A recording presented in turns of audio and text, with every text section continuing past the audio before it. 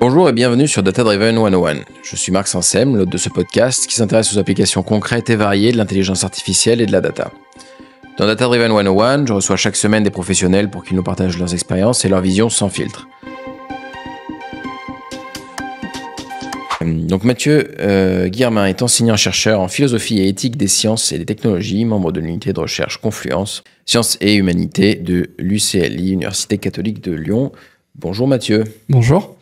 Alors Mathieu, est-ce que je peux te laisser te présenter, nous parler un peu de ton parcours et de ton travail actuel ?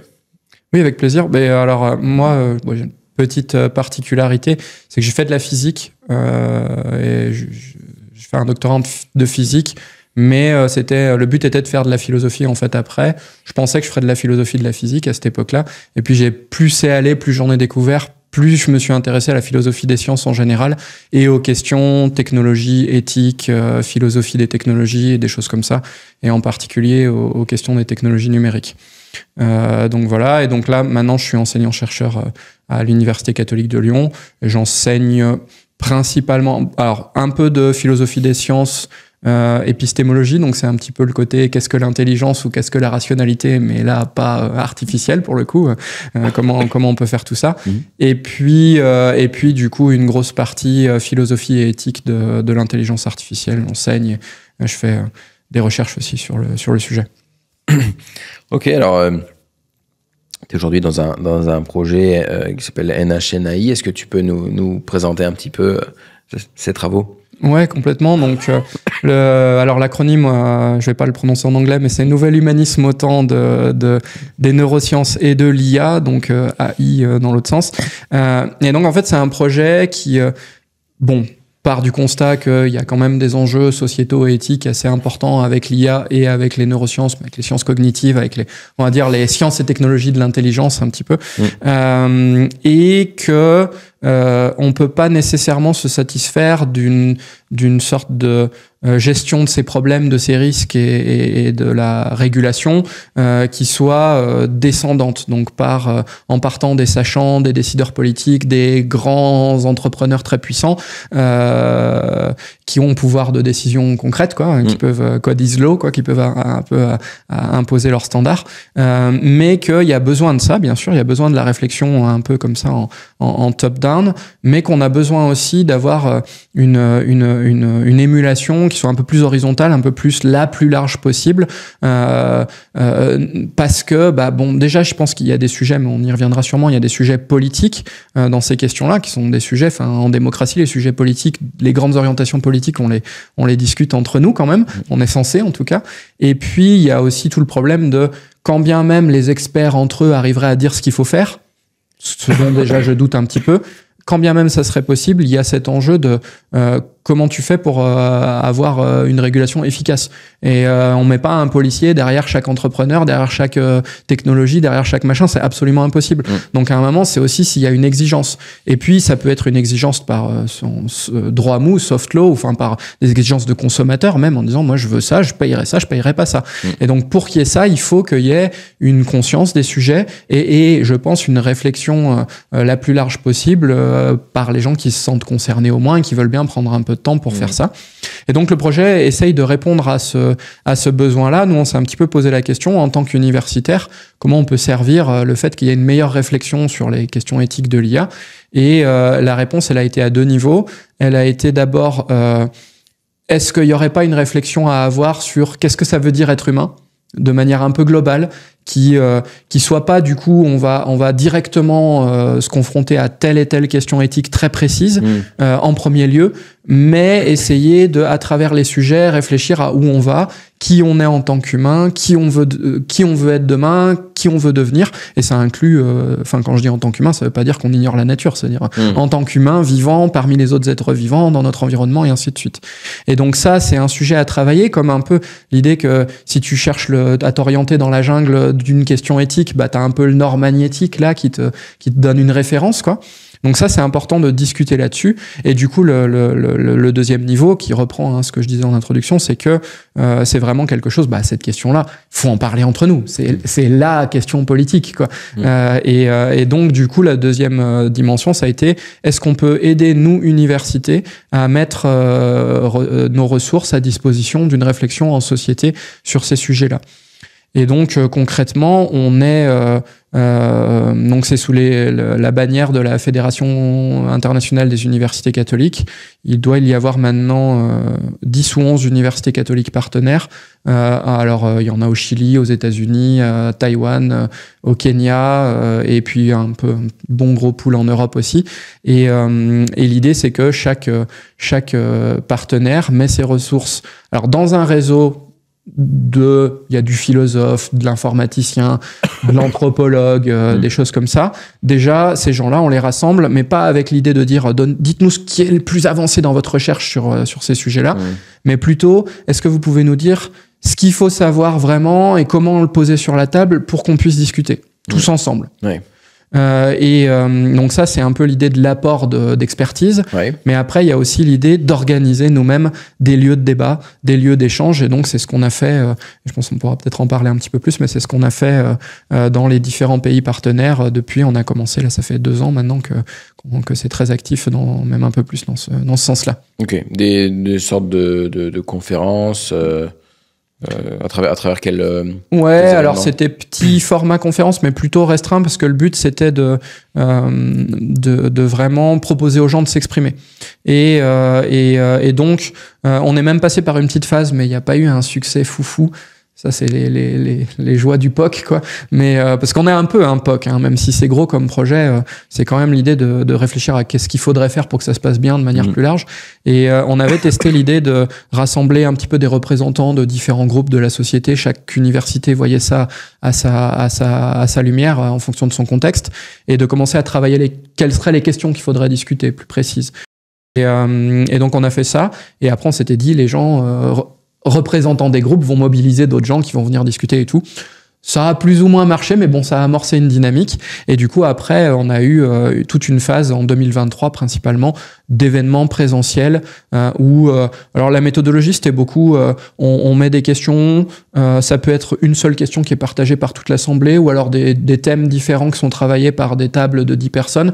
Dans tous les cas, les gens étaient en petits groupes et essayaient de se parler. Et un petit peu l'originalité, si tu veux, ça, c'est pas très original, quoi. D'ailleurs, on y réfléchit à comment on pourrait avoir des ressources en termes de méthodologie d'animation. Mais par contre, une particularité forte, c'était que l'idée, c'était de dire, alors je vais l'illustrer comme ça avec les mains, mais est-ce qu'on peut pas passer du d'accord, pas d'accord, à des débats qui seraient plutôt sur le oui, mais. Moi, souvent, en cours d'éthique, avec mes étudiants, quand on fait des débats éthiques, ils disent non, je suis pas d'accord. Ce qui a été dit avant, vous n'êtes pas d'accord avec? C'est vraiment non, ou alors c'est oui, mais. Et très souvent, en fait, la personne elle dit oui, si, ok, c'est pas faux ce qui a été dit, mais il y a autre chose à dire. Et ça, c'est super important. Et du coup, on a essayé d'encourager vraiment les gens à aller dans cette genre de logique de dire, ne cherchons pas à donner une réponse à la question intégrale, seule et unique. On verra après. Commençons déjà par voir si on peut pas se mettre d'accord sur tout ce qui est pas trop bête à dire sur une des questions qu'on regarde. Donc, un des aspects de être humain au temps de l'IA. Et vraiment avec cette idée de dire, je prends le temps de réfléchir et je dis oui, mais. Et puis peut-être oui et des fois aussi, parce qu'en fait c'est oui et puis je vais même aller dans le même sens que toi. Comment vous choisissez ces questions ? Alors les questions, on a été très libéral alors il y a quand même eu 3 thèmes de terrain de jeu, on va dire, parce que dans les 2022, quand on a lancé le truc, on a vu que c'était intéressant. C'était le champ de l'éducation, le champ de la vie démocratique et de la démocratie en général, et le champ de la santé. Donc déjà là, on avait un petit peu proposé ça, et éventuellement des questions plus transversales, un peu génériques à l'IA. Et après, du coup, les questions ont été travaillées par les gens en local, en essayant de s'interfacer avec les participants possibles. Ça a parfois été vraiment des questions plus précises sur, par exemple, l'interface cerveau-machine ou humain-machine ou des trucs comme ça, parce que la personne en local, elle avait une communauté intéressée par ça autour d'elle. Parfois, ça a été des choses plus génériques. Mais en fait, nous, ça nous dérangeait pas, parce que ce qu'on a cherché à retirer de ces discussions-là, dans tous les pays, c'était vraiment, après, à un moment, le niveau, quand même, qu'est-ce que ça dit sur qu'est-ce que c'est vivre, être humain et vivre avec les autres. Et donc, finalement, quelles que soient les questions, les éléments importants qui remontaient, ils parlaient de ça en arrière-plan. Et donc, on a essayé de suivre ça, mais vraiment avec cette méthodologie de dire, enrichissons-nous.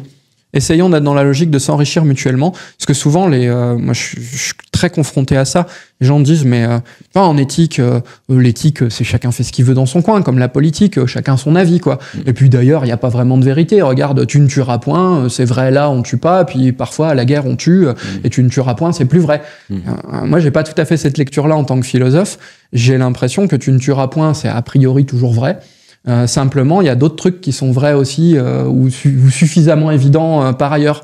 Du style, t'as le droit de te défendre. Du style, tu vas protéger l'innocent qui est menacé. Et donc, parfois, ça rentre en conflit. Et c'est pas des avis qui rentrent en conflit. Enfin, je veux dire, sur les valeurs fondamentales, il n'y a pas de problème. Par contre, ce qui rentre en conflit, c'est éventuellement la priorité que tu vas donner à un axe plutôt qu'à un autre.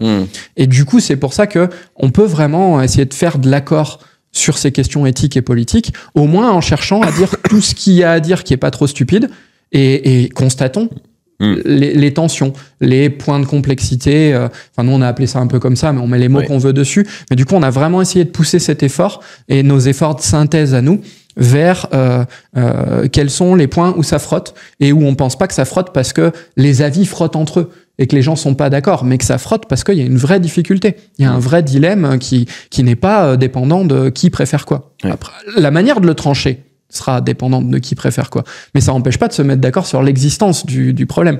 Et ça, en élargissant un petit peu, je pense qu'on est en train de un peu crever en société, et notre vie politique, elle est malade de ne pas savoir vivre aussi dans ce niveau-là où on se met d'accord quand même sur le minimum qui tient la route. Un peu complètement à contre-pied de ce qu'on est en train de voir aux États-Unis là, avec le côté chacun dit ce qu'il veut dans son coin. Et moi, je veux pas forcément qu'on interdise aux gens de parler, mais peut-être que ça serait intéressant d'essayer de faire l'effort chacun d'admettre tout ce qui est pas stupide à partir du moment où ça nous engage pas à dire c'est ça la solution. C'est juste, je le reconnais, c'est pas stupide. Et je reconnais les tensions. Et ça, ce serait vraiment... Enfin, nous, on a vraiment essayé de faire ça. Et quelque part, le projet, il teste un peu aussi ce genre d'approche et ce que ça peut prendre. Voilà. Et peut-être même que l'IA pourrait... Enfin, il y a des technologies d'IA qui pourraient nous aider à mieux faire ça. D'ailleurs, on y réfléchit aussi. Alors, ces fameux nœuds de complexité, du coup... donc, il y a une liste de sujets identifiés. Est-ce qu'on peut rentrer un peu dans le détail de justement ces opinions qui sont en tension, que ce soit les tiennes ou non? Est-ce que tu peux nous faire un peu une sorte d'aperçu, de visualisation? Ouais, et bien peut-être sûr. celui que je voudrais prendre en premier, c'est celui de la place du travail et de l'automatisation, qui est un sujet qui ne concerne pas que l'IA, qui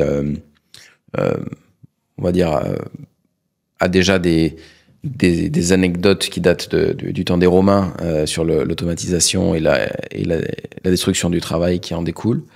Est-ce que tu peux nous faire un peu une sorte d'aperçu de ce débat? Ouais, bien sûr. Ouais. Et alors, juste une petite précision. En fait, moi, très honnêtement, mais des fois, j'ai des problèmes même avec mes proches. Je suis... Enfin, il y a toutes les opinions, je les entends. Tout ce qu'on a retranscrit, je l'entends, et je pense pas avoir filtré. Enfin, c'est pas moi qui ai fait toutes les synthèses d'ailleurs, mais je pense pas avoir filtré sous prétexte que j'entendais pas. Et très honnêtement, tout ce qu'on a mis, moi, je l'entends, quoi. Alors, du coup, sur la question de l'automatisation du travail. Ce qui a été beaucoup discuté, c'est le côté légitime. Alors, de dimension, mais de l'amélioration de l'efficacité, que ça soit sa propre efficacité personnelle pour faire plus de choses soi-même, mais aussi pour être plus productif et donc par extension la légitimité de vouloir être plus productif et plus rentable pour une entreprise ou pour une organisation, par exemple.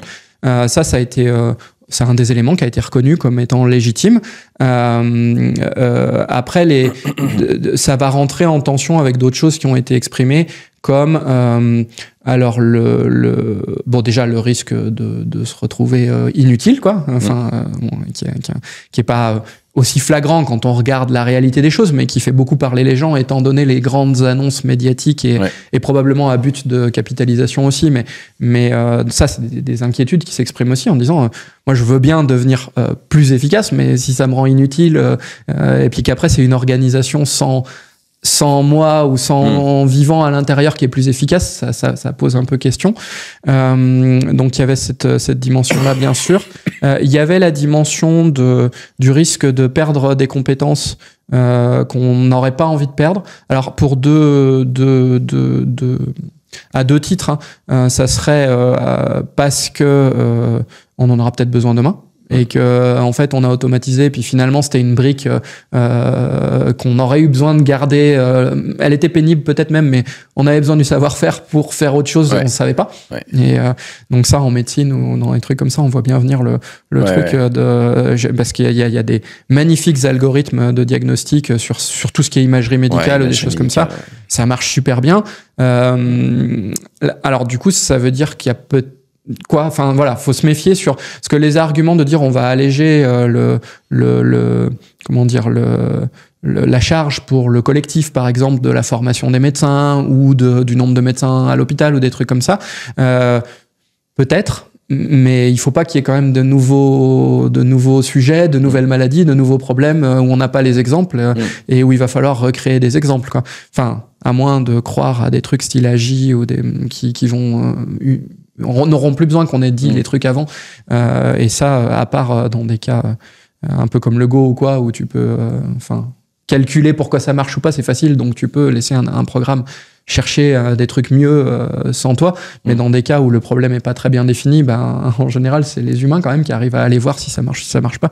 Donc voilà, donc des problèmes de deskilling dans ce sens-là, de perte de compétences, et éventuellement aussi des problèmes de se retrouver forcé à ne plus faire des tâches qu'on aimait faire. Et là, il peut y avoir une vraie tension avec presque le côté tu le fais pas assez efficacement, mais t'as quand même envie de le faire, qu'est-ce qu'on fait, quoi. Donc, soit qu'on aimait faire, soit même des fois juste qui portait une certaine sécurité du fait qu'elles étaient pas difficiles. Donc les tâches rébarbatives. Ça peut, voilà, elles ont le mérite de ne pas être une exigence en fait d'apport intellectuel élevé. Ouais, c'est sûr. Mais ça pouvait être une façon de respirer aussi dans la journée de travail, de pas être. Enfin ça c'est. Alors honnêtement, je te dis un peu tout ce que j'ai entendu, tout ce que j'ai lu dans les synthèses. Parfois, on a été un peu plus sélectif. Mais ce que tu dis me rappelle, ça a été un peu évoqué ces histoires-là. Je sais plus dans quel cadre, mais je l'ai entendu. Oui, avec ce côté. Si on se retrouve plus qu'avec du travail à très très forte valeur ajoutée, dans ces cas-là, faudra peut-être qu'on travaille moins, quoi, parce que et du coup le gain en productivité, il est pas si évident que ça, parce que tu peux pas peut-être que l'évolution se faisant dans 1000 ans, on sera capable d'être à X 1000% de travail cognitif, mais il y a un moment quand ça fume, faut s'arrêter aussi. Alors après voilà, mais tout ça c'est là où on voit toute la question politique du sujet, et que c'est ni toi, ni moi, ni un entrepreneur tout seul dans son coin. C'est peut-être éventuellement des géants comme les très grands de la tech ou des pays, mais moi j'ai plus l'impression que c'est quand même une politique que ça peut se jouer. Mais il y a toute la question de l'organisation du travail, de pourquoi on travaille combien de temps, où va l'argent, qui en profite, des choses comme ça, quoi. Et ça... ça c'est un petit peu moi qui le rajoute, mais ça a quand même été évoqué un petit peu. T'as le côté aussi justice sociale et économique, quoi, sur le fait que les données viennent d'où. On a appris à faire des choses. C'est bien, ici je peux le dire sans expliquer ce que c'est qu'apprendre, quand même, ça me change. Mais on a appris à faire certaines tâches, quoi, à faire à la machine certaines tâches. Mais ça vient d'où? Les données ont été obtenues comment? Moi, je me dis, les gens qui ont écrit dans Wikipédia à l'époque, ils ont signé des licences qui, juridiquement, permettent à peu près de l'exploiter pour faire du grand modèle de langage ou d'autres trucs comme ça. Ouais. Si on leur avait dit qu'il y avait les grands modèles de langage, est-ce qu'ils auraient contribué comme ça, quoi? Il y avait une idée de bien commun et potentiellement il y a une. Alors pourquoi pas aussi, quoi? Mais ça pose des questions. Moi, j'ai pas les réponses, mais ça pose ces questions de comment on veut partager les gains qui sont produits avec ces choses-là, et avec une vraie légitimité à tous les gens qui développent et qui participent au développement, en construction des ordinateurs et tout, de dire ça a un coût, tout ça, et il faut que nous on vive aussi, et c'est légitime. Mais voilà, il y a ce genre d'enjeu-là. Il y a un autre enjeu qui revient beaucoup de préservation de la démocratie, en particulier celui de la liberté d'expression et la régulation. C'est quoi là-dessus? Je pense que notamment, culturellement, on a une approche assez différente des Américains là-dessus. Aujourd'hui, on voit Trump puis Zuckerberg revenir vers quelque chose de beaucoup plus finalement fidèle à la doctrine américaine de tout est possible, tout est autorisé. Et on est presque surpris. Quel est l'état de l'opinion là-dessus? Bon, alors aussi notre petite précision, notre but il a jamais été de revendiquer de faire des instantanés de ce que pensent les gens. On est vraiment dans une logique de construction dans la discussion. Ouais. Je précise quand même parce que ça représente que ça, quoi. Ouais. Mais il est remonté, et c'est pas étonnant, hein. Enfin, tout ce que je te dis, c'est des choses, si on s'est sensibilisé au sujet, ça vient assez vite, quoi.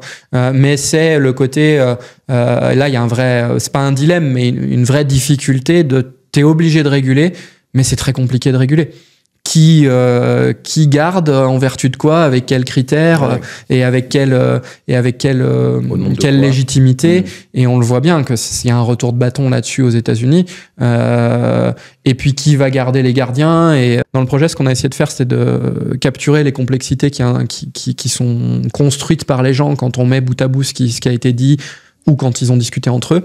Et après, l'idée, ça a été de dire, est-ce qu'on peut pas faire un apport de nos expertises qui aide à parcourir et à explorer ces complexités-là. Et parce que là, j'allais dire un truc qui me touche un peu plus moi en tant que philosophe, mais il y a un moment, il y a une illusion je suis rationnel, je dis des trucs légitimes et vrais parce que j'ai des critères objectifs, j'ai fait mon expérience, j'ai fait mon calcul par A plus B, j'ai une preuve absolue. Il n'y a pas, entre guillemets, il n'y a pas de problème de liberté parce que c'est une preuve absolue. Et du coup, t'as pas à choisir, c'est comme ça.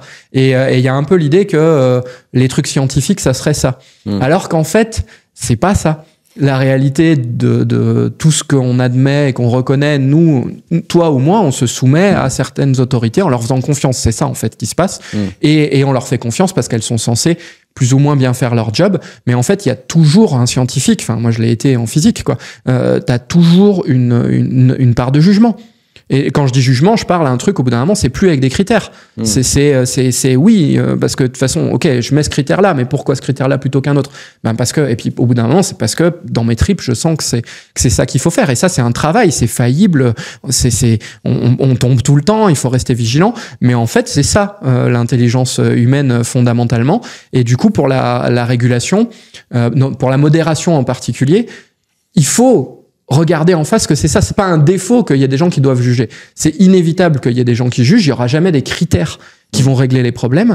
Et par contre, la question c'est, ok, le jugement il est faillible, mais c'est pas parce qu'il est faillible qu'il est forcément mauvais. Et puis c'est pas parce qu'il y a des gens qui ont jugé à partir, quand on juge à partir de qui on est, que c'est forcément mauvais. Parce que là, dans les débats que j'ai entendus dernièrement, on dit vraiment ça. Zuckerberg, il a dit, les gens qui faisaient ça, ils étaient biaisés, mais limite même juste parce qu'en fait, ils jugeaient. Mais oui, mais c'est normal.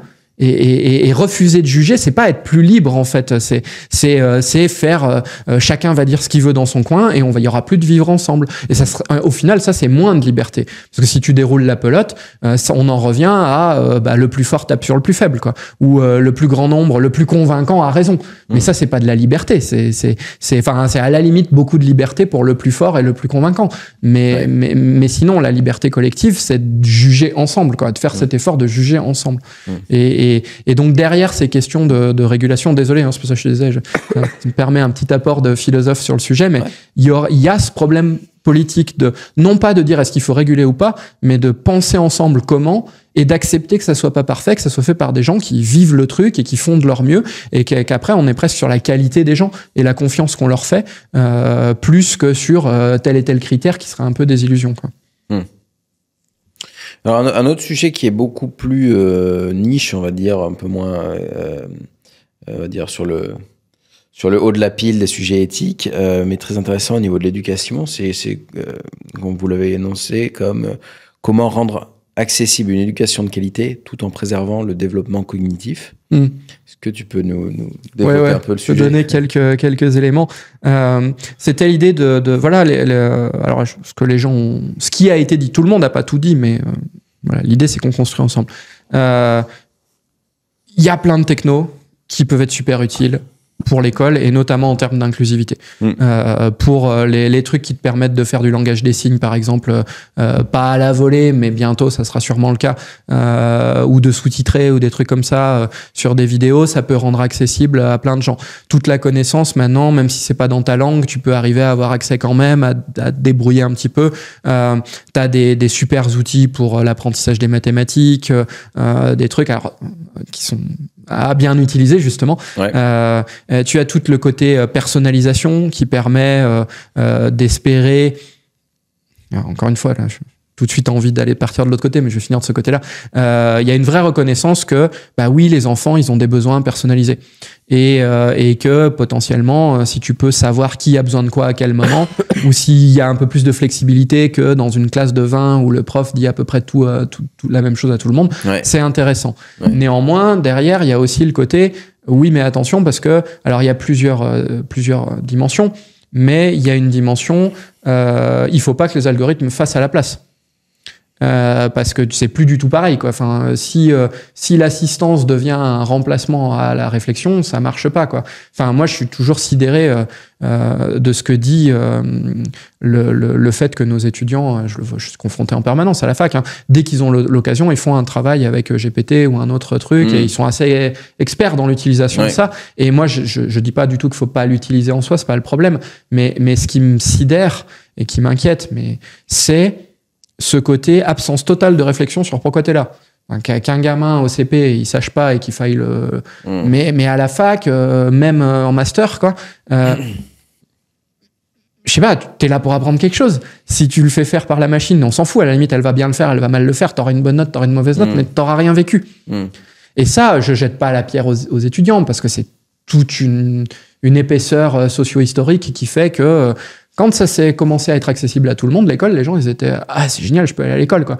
Et puis maintenant, c'est un peu galvaudé, on sait plus pourquoi on y va, il y a plus cette culture-là qui s'est un peu perdue aussi parce moi, je sais pas, à l'école, j'ai vécu ça comme très hostile aussi, Donc voilà, donc il y a tout ce problème ça rejoint un peu le côté des skilling c'est pas l'idée là, c'est pas de déléguer, quoi, rendre plus accessible. Dans quelle mesure c'est différent de ce que ma génération a connu avec les moteurs de recherche, par exemple, où on allait potentiellement dans un exposé copier-coller des paragraphes d'un site perso, pas du tout sérieux, pas du tout sourcé. Donc faire cette erreur-là, il nous a appris ensuite que non, c'est pas comme ça qu'on fait une recherche internet, c'est pas comme ça qu'on fait des recherches. C'est à peu près le même truc, sauf que le plus vicieux, c'est que le mec est un peu kamikaze, il relie même pas ce que produit le grand modèle de langage, quoi. Donc il y aurait ça, mais sinon dans l'idée, on est dans le prolongement. Oui, ça peut passer. Ça passait pas avec le copier-coller. Ouais, non, si tu fais un copier-coller sans relire, ça va se voir, quoi. Et voilà. Et donc c'est ça. Il y a ce côté. C'est pas fait pour rendre la vie facile. Enfin, en fait, vouloir que ça soit facile, c'est un peu ça le problème aussi, c'est que il y a un moment, si tu veux apprendre, et on le tolère mieux en sport, ça. C'est normal de faire des abdos et de faire des exercices où on va en baver si on veut être sportif de haut niveau, ou même bien jouer à un sport. Si on veut bien faire un truc intellectuel, c'est pareil. Il y a un moment, il faut emprunter les chemins, il faut faire des choses. C'est le côté la petite tâche qu'on fait plus parce que, et puis, ah mince, en fait, on en avait besoin. Donc il y a ce problème-là qui rejoint le côté un peu. Alors là, c'est pas de-skilling, mais c'est absence de montée en compétences ou d'apprentissage, mais parce que tu vis rien. Tu t'es pas posé la question sur je suis là pour vivre quoi, et du coup tu vis pas des choses qui auraient pu être intéressantes. Après moi alors là c'est un titre personnel, mais je m'exprime dans ces débats aussi après tout. Mes étudiants, je leur dis moi, à la limite, mais ça, je sais qu'ils m'écoutent pas, mais pas tous. Prouvez-moi pourquoi l'exercice que je vous demande sert à rien. Je vous écouterai sérieusement. Et si vous avez raison, merci, parce que vous me permettrez de réfléchir à un meilleur exercice, et je vous mettrai une bonne note, parce que ça veut dire que vous avez tout compris des objectifs, et c'est cool, quoi. Vous avez vécu quelque chose d'intéressant. Mon but n'est pas de vous faire mon exercice pour le plaisir. Mon but, il est que vous viviez quelque chose qui vous permet de vous développer intérieurement. Et juste le texte, mais là, c'est ce qu'on est en train d'observer. On a une décorrélation encore plus forte qu'avant, et vraiment radicale maintenant, entre la possibilité d'avoir un produit fini convaincant d'un point de vue pédagogique, exercice pédagogique, quoi, qui est complètement décorrélé de la vie et de l'expérience vécue et du mouvement intérieur qu'il y a dans l'apprentissage. Et ça, c'est pareil pour les chercheurs qui écrivent des papiers avec GPT. C'est bien, mais est-ce que c'est pas en train de remplir des buts qui sont pas les buts d'une communauté de recherche et de chercheurs, quoi. C'est un peu la même idée. Ouais, est-ce que sur le fond de l'éducation, on pourrait pas, je fais peut-être un peu l'optimiste là-dessus, mais attendre finalement qu'il y ait une montée en maturité grâce à cette exposition très forte, cette facilité absolue de rédiger en un clic la réponse, faire monter en fait en maturité, se dire ok, mais pourquoi est-ce que je le fais à la base? Si complètement. Moi, souvent, c'est ce que je dis. Alors là, je suis un peu plus sur le registre perso, perso chercheur quand même, mais je dis souvent ça. Je pense et j'espère que c'est une opportunité d'en parler. Et quelque part, le problème, c'était un problème théorique avant. Il y a un moment, si tu voulais avoir une bonne note, t'étais obligé de bosser un minimum. Et là, maintenant, en fait, tu peux faire des produits qui méritent une bonne note sans bosser. Et donc, ça permet de quelque part reposer à nouveau frais la question de pourquoi je travaillerais. Ouais. Et ça, c'est super sain. Et c'est un peu comme les fake news, l'abondance de fake news, finalement, et de deepfake pourrait avoir comme conséquence le fait que on ne soupçonne même plus... on ne cherche même plus à savoir si c'est vrai ou si c'est faux. On reste dans le bénéfice du doute en permanence, et l'effet des fake news est moindre, finalement. Alors oui, mais je pensais que tu allais m'emmener sur l'autre terrain, mais tu l'avais peut-être en tête aussi, qui est de dire ça va faire monter en esprit critique les gens, puisqu'ils savent qu'il y a tellement de fake news qu'ils sont plus critiques. Ils rejettent pas tout, et ils sont pas dans l'abandon de juger si c'est vrai ou pas, mais ils montent en compétences. Et là-dessus, c'est vrai, malheureusement, c'est vrai pour qui? Et j'ai peur des inégalités là-dessus. C'est comme pour GPT, qui va se poser la question, qui va en bénéficier? Peut-être que c'est ceux qui ont déjà pas mal de capital social, entre guillemets, les parents qui peuvent encadrer et compagnie, et que les autres n'auront pas l'opportunité de réfléchir.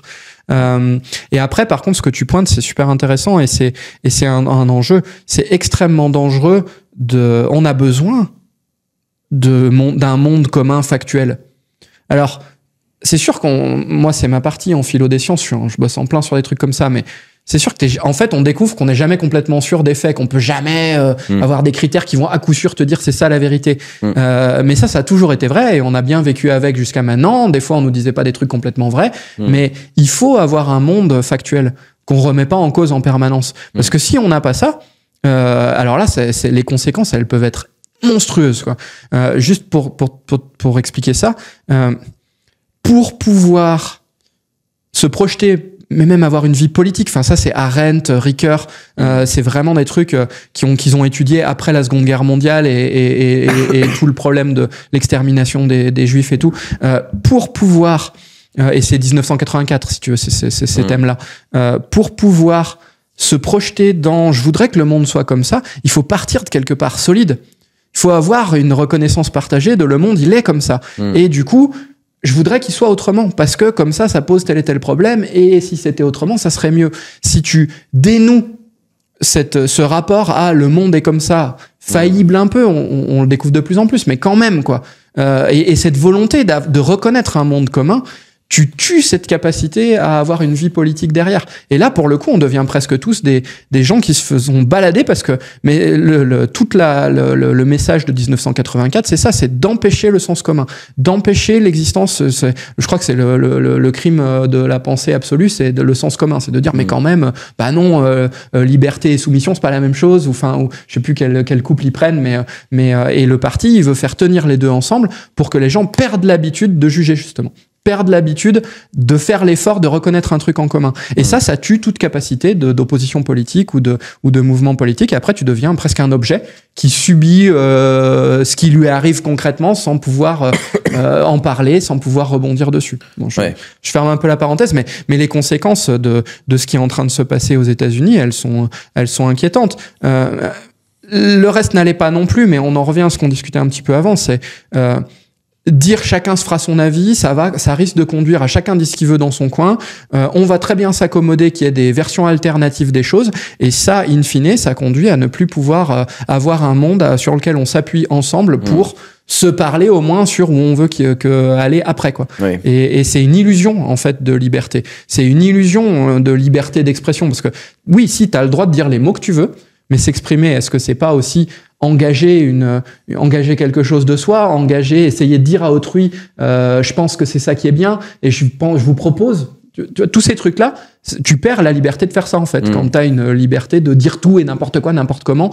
Mais moi, je parle même pas de régulation avec comment dire, des punitions et des gens qui contrôlent, mais juste se dire, j'ai une responsabilité. De pas dire juste ce qui me passe par la tête parce que ça m'arrange, mais de faire l'effort de valider ce que je dis, pourquoi, et voilà, d'avoir cette volonté-là de valider ensemble. Ouais, alors les États-Unis ont souvent eu on fait porter la responsabilité au niveau des sociétés, et notamment les journaux, la télé. Voilà, on peut pas dire merde, à la télé il y a un bip. C'est pas la loi, c'est la chaîne qui refuse. C'est souvent, finalement, la censure est venue des sociétés. Aujourd'hui, du coup, il y a un peu, finalement, un refus de jeu de leur part. C'est une sorte de... Ouais, refus de jeu, mais il y a aussi, et quelque part, je pense que c'est dangereux qu'il y ait des gatekeepers trop concentrés qui font le contenu. Et de ce point de vue-là, je sais pas si Zuckerberg il est vraiment philosophiquement engagé là-dedans et tout, mais voilà, il y a quelque part un intérêt à avoir une libéralisation de l'espace informationnel. Le problème, c'est comment tu l'organises. Et parce que les gatekeepers, eux, ils faisaient. Donc, du coup, si t'as du bol, t'as une équipe de journalistes que tu penses ils bossent vraiment super bien, bah eux, tu vas pouvoir y faire confiance. Sinon, tu sais que c'est biaisé. Moi, même les journalistes aujourd'hui, j'essaye de lire un peu à gauche-droite partout pour avoir, parce que voilà, ils sont pas forcément malsains, mais ils ont leur filtre. Ouais. Et donc, c'est très bien que ça puisse se libéraliser et que quelque part, il n'y a pas trop de concentration dans qui modère.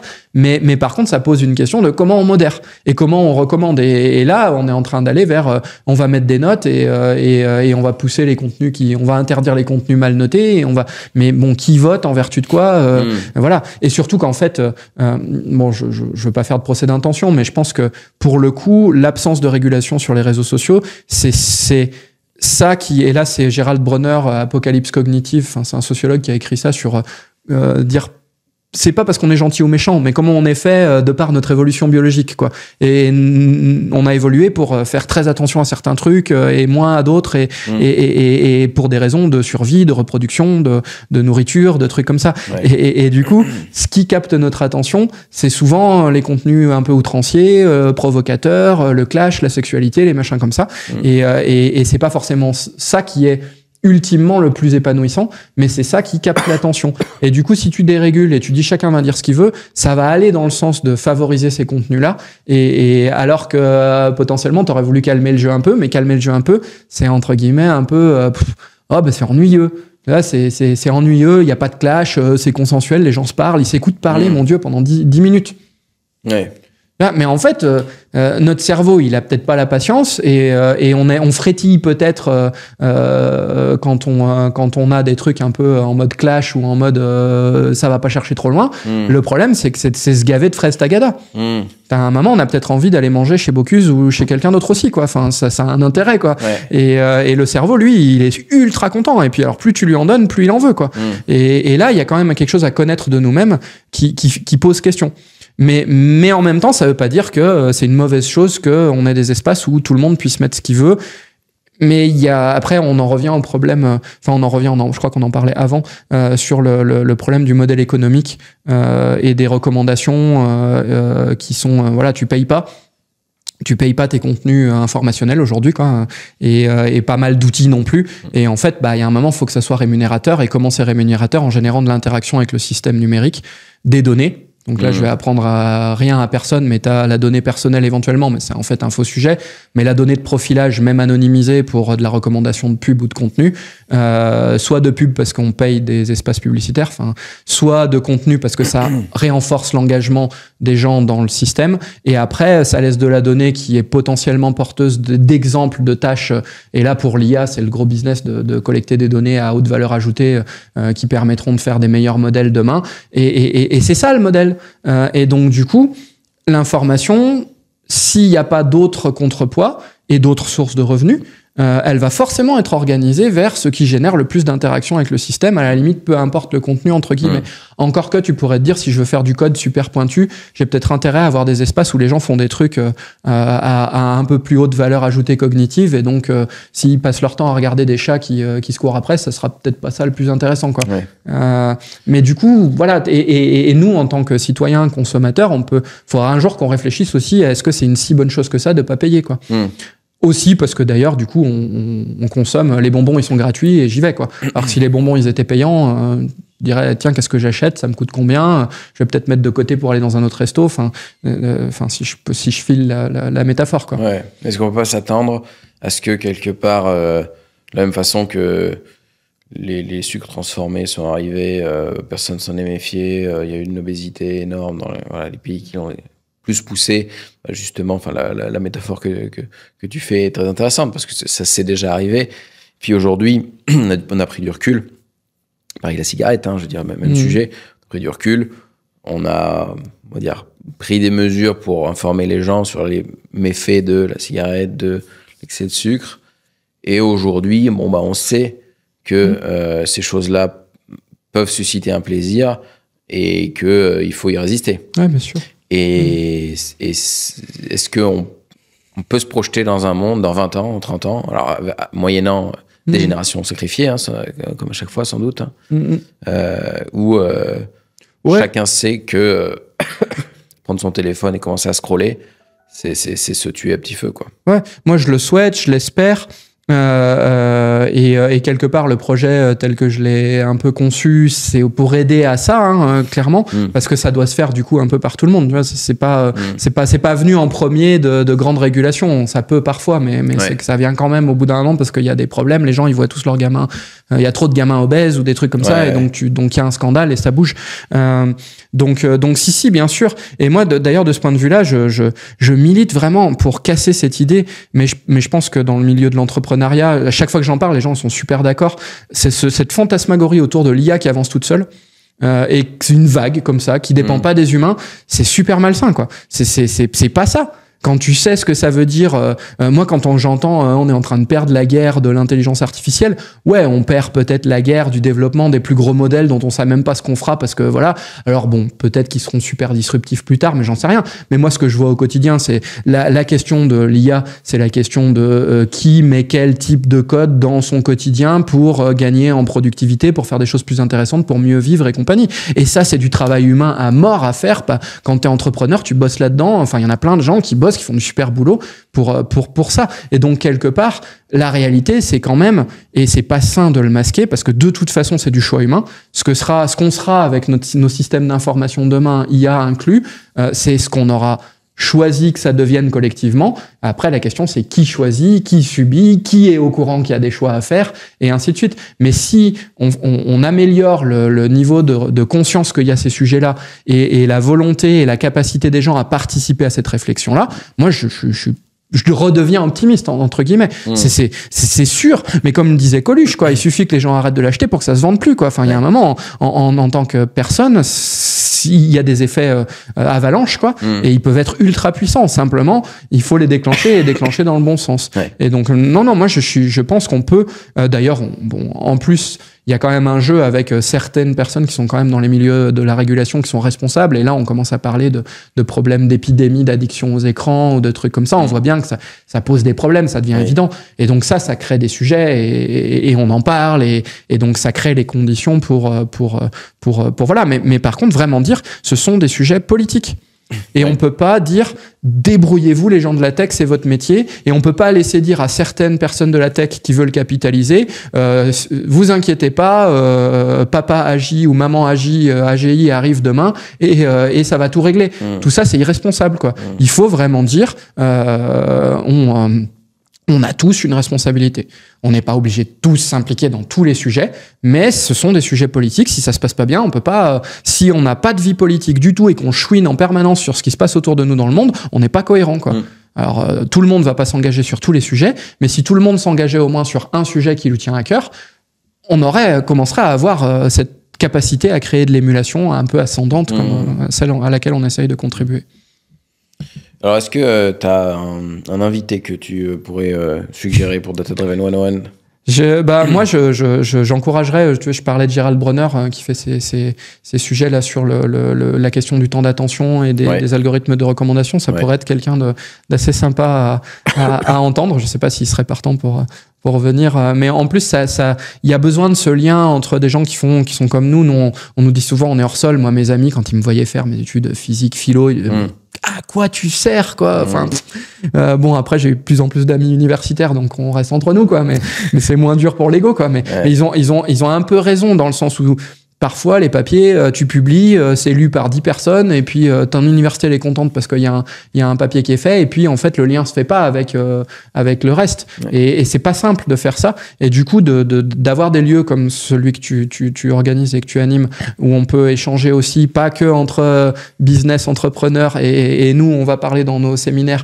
mais qu'il y ait aussi du lien avec des gens qui ont une approche un peu plus théorique, certes, mais qui est, enfin, Gérald Bronner, pour le coup, lui, il essaye vraiment de faire des choses qui sont utiles à la société. Il a mis sur pied, là, tout de suite, des cours un peu université pour tous. Ça a eu un succès pas possible. Il est quand même médiatisé, mais pour parler de l'esprit critique et des choses comme ça.